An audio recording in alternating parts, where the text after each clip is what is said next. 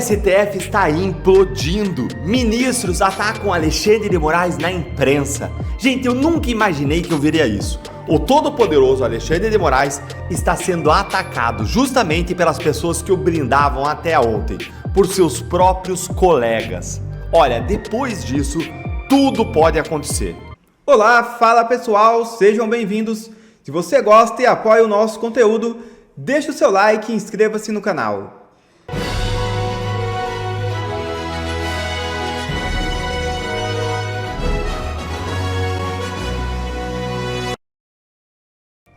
Briga generalizada dentro de avião obriga piloto a fazer pouso de emergência e termina com sangue e dentes no chão. É isso mesmo. Um voo comercial precisou realizar um pouso de emergência depois de uma briga generalizada entre passageiros que deixou cenas de violência a bordo, com relatos de sangue e pessoas com dentes quebrados no chão da aeronave.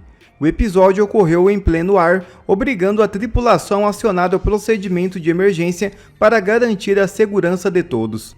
O confronto começou quando dois passageiros entraram em desentendimento e rapidamente a discussão se tornou em agressão física, envolvendo outras pessoas no momento. Viajantes que presenciaram a cena contaram que momentos de pânico e gritos tomaram a cabine de passageiros, com vários envolvidos caídos no chão da aeronave. Equipes de resgate e agentes de segurança aguardavam o avião no solo para atender os feridos e tomar as providências cabíveis. Especialistas em aviação ouvidos pela imprensa reforçaram que situações como essa são extremamente perigosas, não apenas para os passageiros que se enfrentam, mas para todos os ocupantes e a tripulação, podendo comprometer a segurança do voo. Que situação, hein? Notícia ruim chega ao STF e deixa ministros furiosos. É isso mesmo. Os ministros do Supremo Tribunal Federal receberam confirmação oficial de que dados sigilosos de familiares foram expostos. A informação foi transmitida aos magistrados pela Polícia Federal, que investiga violação de informações confidenciais da Receita Federal.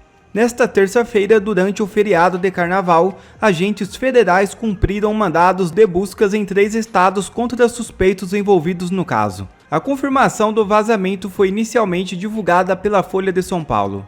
Os investigadores informaram os ministros que o acesso ilegal concentrou-se em dados de cônjuges e ex-cônjuges dos magistrados da corte.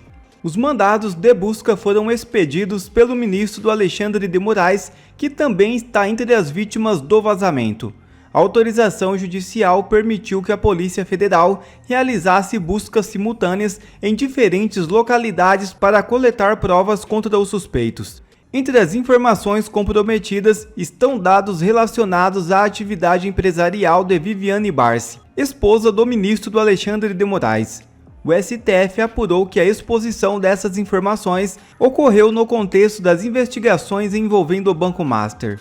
A operação conduzida pela PF em pleno período carnavalesco busca identificar os responsáveis pela violação do sigilo de dados mantidos sob proteção da Receita, em um caso que afeta autoridades do alto escalão do judiciário brasileiro.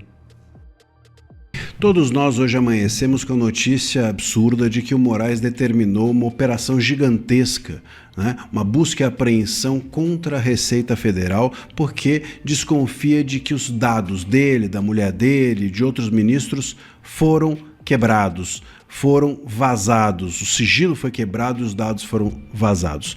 Olha, na verdade, há 3 razões estratégicas e ocultas para que Moraes tivesse determinado essa operação, e eu vou te contar agora quais são. Muito bem, tem 3 razões para o Moraes ter feito isso. A primeira delas, claro, é que ele desconfia de que foi da Receita e do COAF que saiu a notícia de que a mulher dele tem um contrato de 130 milhões de reais com o Vorcaro. Ele tem certeza de que foi da Receita que saiu. Isso tem uma lógica. Por quê? Porque na coluna do Lauro Jardim, quando saiu essa notícia, saiu também a de que houve um ganho patrimonial da mulher dele no último ano de 200%. Eu, inclusive, cheguei a dizer aqui que se você fizer a conta desse ganho patrimonial, até o fim da carreira do Moraes, a mulher dele vai ter um crescimento maior do que o PIB mundial. de 2025. Então, essa notícia desse crescimento absurdo patrimonial da mulher dele, na cabeça do Moraes só pode ter saído da Receita. Então, ele foi atrás da Receita e do COAF. Por isso, essa é uma das razões dessa operação. A segunda razão é de que o Moraes desconfia, e isso está saindo na imprensa, o Metrópolis publicou, inclusive também, que o Moraes está desconfiado de que novos vazamentos podem ocorrer porque os servidores que quebraram o sigilo dele, da mulher dele e dos ministros do STF venderam esses dados para terceiros. Essa é a desconfiança. Repito, está na imprensa de hoje que o Moraes suspeita de que venderam os dados dele. Os servidores que quebraram o sigilo venderam para terceiros os dados dele. Ele quer saber quem vendeu, para quem e quanto que isso custou. E, claro, chegar nessas pessoas que supostamente compraram esses dados para tentar barrar que novos vazamentos surjam. Pode ser paranoia do Moraes? Não tenho a menor dúvida de que algum grau de paranoia o Moraes está sofrendo e não é de hoje. Mas, enfim, se há um fundamento nisso, o Moraes agora começa a buscar esse rastilho de pólvora que pode estar por aí. Sabe-se lá em quantas mãos, se isso aconteceu mesmo, mas esses dados e informações podem estar. E aí o Moraes sabe que isso vai ser muito difícil de segurar. E outros vazamentos ou outras informações, portanto, surgirão. Ou seja, tem mais coisa por aí para vir e o Moraes está com medo.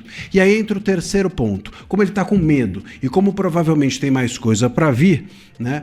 Esse inquérito ou essa operação feita dentro do inquérito das fake news, feita dentro de um inquérito, tem a função de tornar tudo aquilo que eventualmente venha a ser vazado adiante, tornar tudo isso ilícito. Por quê? Porque se ele está investigando esse vazamento, está dizendo que esse vazamento é ilícito dentro dessa operação, o Moraes, se ele está fazendo tudo isso, quando essas informações vierem à imprensa, vierem à tona, ele vai dizer, esses vazamentos estão sendo investigados. Se estão sendo investigados dentro de uma operação ilícita, é porque ilícitos são. Se são ilícitos, eles não podem ser usados contra mim, contra minha mulher, contra os ministros. Vocês percebem? Então, é uma forma, essa investigação toda, é uma forma de blindar aquilo que eventualmente pode ser encontrado contra ele ou contra os seus colegas. O Moraes está paranoico? Está paranoico como aqueles ditadores em fim de carreira. O Moraes quer blindar-se? Quer blindar a si, a sua mulher e aos seus colegas. E para isso ele não tem a menor vergonha de cometer absurdas ilegalidades como a abertura ou como a determinação dessa investigação e dessa operação completamente sem nenhum cabimento, sem nenhum dado, sem uma motivação da Polícia Federal, da sua própria cabeça. Ele pensou e fez, como se o Brasil fosse ele ou fosse dele. O STF está implodindo. Ministros atacam Alexandre de Moraes na imprensa. Gente, eu nunca imaginei que eu veria isso. O todo-poderoso Alexandre de Moraes está sendo atacado justamente pelas pessoas que o blindavam até ontem, por seus próprios colegas. Olha, depois disso, tudo pode acontecer. Isso que eu vou trazer para vocês agora é um desdobramento direto do escândalo que está acontecendo nesse exato momento no STF e que tem como protagonista novamente Alexandre de Moraes. E dessa vez nem mesmo os colegas do Moraes do Supremo aguentaram. Ministros correram para a imprensa para acusar o Moraes de estar praticando um abuso. E não é o Bolsonaro, não é o Geyer, não é o Nicolas Ferreira, não é o Marcel, não é a Revista Oeste, não é a Gazeta do Povo, não sou eu. Enfim, as escamas dos olhos caíram e os próprios colegas de Alexandre de Moraes estão apontando o dedo para ele. Nós nunca vimos um sinal tão forte de perda de apoio de Moraes dentro da corte. O Estadão, gente, acabou de revelar que ministros do próprio STF estão reclamando da devassa que o Moraes mandou fazer na Receita Federal. O que só piorou com a operação de hoje da Polícia Federal, que aparentemente foi contra justamente os servidores que teriam vazado para a imprensa os dados da esposa do Moraes. Eu já fiz um vídeo mais cedo sobre isso, se você perdeu, depois assiste lá e agora veja aqui comigo o que saiu na coluna da Carolina Brígido lá no Estadão. Ministros do STF reclamam de pedido de rastreamento feito por Moraes à Receita Federal. Essa é a manchete. Ministros do STF reclamam do procedimento adotado por Alexandre de Moraes de pedir à Receita Federal um rastreamento nos seus sistemas para verificar se houve quebra de sigilo de dados de cerca de 100 pessoas, incluindo os ministros da corte e os seus familiares. A suspeita era de que a lista contava com pais, filhos, irmãos e cônjuges dos 10 ministros. Um integrante do Supremo disse ao Estadão, em caráter reservado, que somente o presidente do tribunal, Edson Fachin, poderia fazer esse tipo de pedido a partir de um requerimento da Procuradoria-Geral da República. Outros 2 ministros concordaram com essa ponderação. Gente, isso aqui é absurdo, isso aqui é surreal, vejam só como que essa informação ela é importantíssima. Pelo menos 3 ministros do Supremo concordam que o Moraes fez uma ilegalidade tremenda. Usurpou de poderes que são do presidente do Supremo, de um dos poderes que é de um deles mesmos, do ministro Edson Fachin, praticando um abuso de poder. Isso aqui significa dizer que se essas novas decisões do Moraes forem avaliadas por uma turma do Supremo, se esses 3 ministros estiverem lá, já tem uma maioria contra o Moraes, suficiente para derrubar essa decisão que ele deu. Mais ainda, se o julgamento dessas decisões do Moraes fosse ao plenário e esses ministros sustentassem esse entendimento aí, que eles passaram em off para a imprensa, já seriam 3 votos contra o Moraes, faltando apenas mais 3 para se formar uma maioria contra Alexandre de Moraes na corte. Isso aqui é um sinal claro de que Moraes perde apoio dentro da própria corte. É um sinal claro de como que os escândalos aí do Master, com seus tentáculos em Toffoli e em Moraes, está implodindo a corte. E isso tudo aqui é ainda mais grave quando você para pensar que esse aqui é um caso em que o Moraes está blindando os próprios ministros e os seus familiares. Ou seja, isso aqui é um caso extremamente, explicitamente corporativista, em que o Moraes está lá procurando para ver se alguém está violando o sigilo dos ministros ou dos seus parentes. Tinha tudo aqui para os colegas do Moraes apoiarem ele. E isso mostra que nem assim os ministros estão do lado do Moraes. Isso é gravíssimo. Não é a oposição dizendo isso, não sou eu dizendo isso, são os próprios pares de Moraes dentro do tribunal. Só que tem uma coisa que esses ministros não só podem, como eles devem fazer. E existe um precedente na corte para isso que pode expor demais Alexandre de Moraes. E agora, o que eu prometi para vocês? Reclamar na imprensa em caráter reservado, embora seja muito importante, é o mais fácil. O que esses ministros estão aqui nessa matéria, eles precisam fazer é agir dentro do tribunal, como o ministro Fux fez muito corajosamente na ação do golpe, na ação da trama golpista, votando, ainda que seja sozinho, apenas com a lei do lado dele, como o Fux fez, contra todas as ilegalidades do Moraes. Os ministros, eles precisam seguir esse exemplo do Fux. O presidente do Fux aqui, gente, é o melhor de todos, porque foi o mais difícil e que trouxe muitos sacrifícios pessoais ao próprio Fux, que ele enfrentou de cabeça erguida. Como os ataques que ele sofreu dos próprios colegas na imprensa, até mesmo de forma pública, como o ministro Gilmar Mendes dizendo que o voto do Fux era incoerente. Mas na votação do Marco Civil, nós tivemos também o Fachin, o André Mendonça, o Nunes Marques, também corajosamente votando para proteger a nossa liberdade de expressão contra a regulamentação censória que estava sendo feita pela maioria do tribunal. Então vejam como você ter ministros com a coragem de ter uma postura pública e tomar decisão contra a maioria é importante. Mas afinal, então, o que os ministros podem fazer? Tem 2 caminhos concretos para ação. Antes isso seria muito difícil, mas agora com esse escândalo do Master envolvendo Moraes, Toffoli, o STF está implodindo e agora tudo ficou muito mais fácil. O primeiro caminho para ação, gente, é a turma. Se o caso for a turma do Moraes, os colegas podem fazer maioria e derrubar a decisão. Agora, quando a gente olha para a turma do Moraes, isso parece quase impossível, porque a primeira turma, ela está dominada com o Flávio Dino, com o Zanin, com a Carmen Lúcia, fazendo aí todas as vontades do Moraes.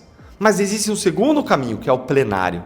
Qualquer ministro pode levar ao plenário uma questão de ordem sobre a legalidade desse inquérito que está sendo conduzido pelo Moraes. E se há 3 ministros que concordam que o Moraes agiu ilegalmente, eles têm o poder e o dever de agir. Me conta aí nos comentários, Você acha que esses ministros vão passar de reclamação reservada na imprensa para uma ação concreta dentro do tribunal nesse caso? Pensa num tiro que saiu pela culatra. Essa é a melhor definição do que aconteceu ontem com essa escola de samba que fez uma homenagem ao Lula. Isso só mostra o desespero do governo, vendo que ele não consegue baixar a sua rejeição, bota dinheiro público para fazer uma escola de samba homenageá-lo. E não só isso, atacar os cristãos do Brasil. Atacar o Bolsonaro e, mentir escancaradamente ali na Sapucaí. E por que eu estou falando que o tiro saiu pela culatra?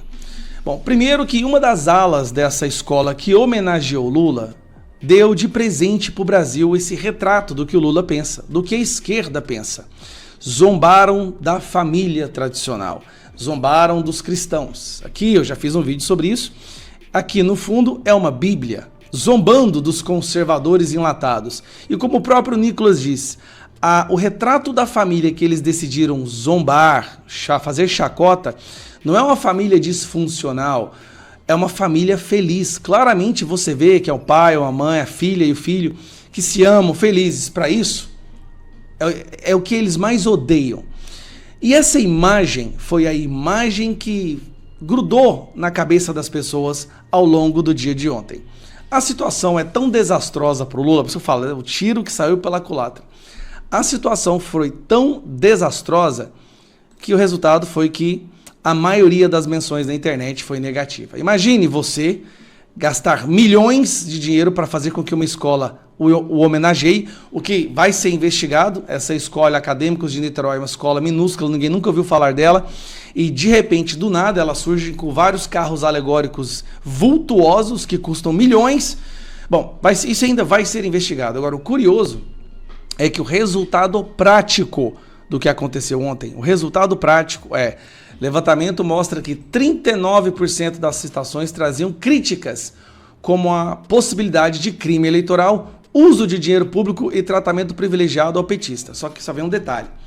Este levantamento aqui, ele foi feito antes do vídeo do Nicolas sobre o ataque aos cristãos e à família tradicional.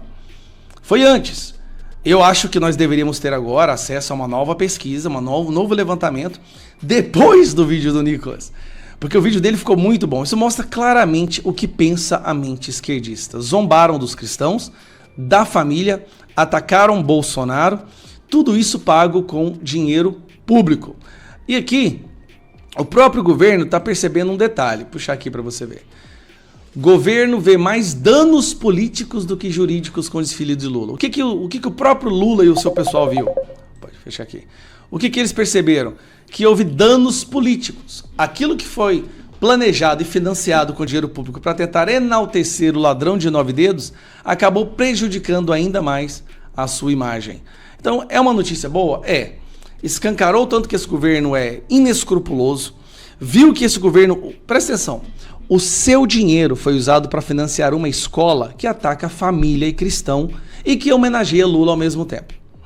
Mas era de se esperar. Todo carnaval, a gente sempre tem aquelas escolas de samba que enaltecem o capeta, o demônio, humilham Jesus.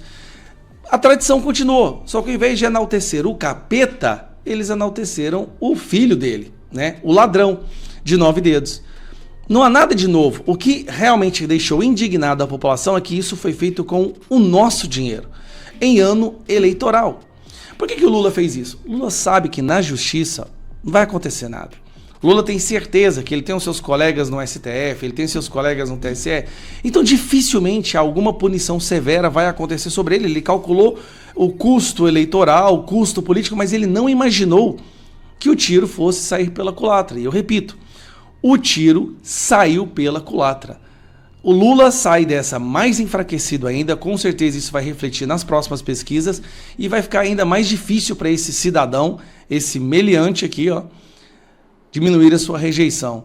Se antes ele tinha em torno de 25%, 20% de apoio, de voto dos evangélicos, eu acho muito difícil qualquer pessoa que se diga realmente cristã apoiar um cara desse que pegou o seu dinheiro para financiar uma escola e zombar dos cristãos. É isso, pessoal. Mais uma vez, tudo conspirando contra o mal esse ano.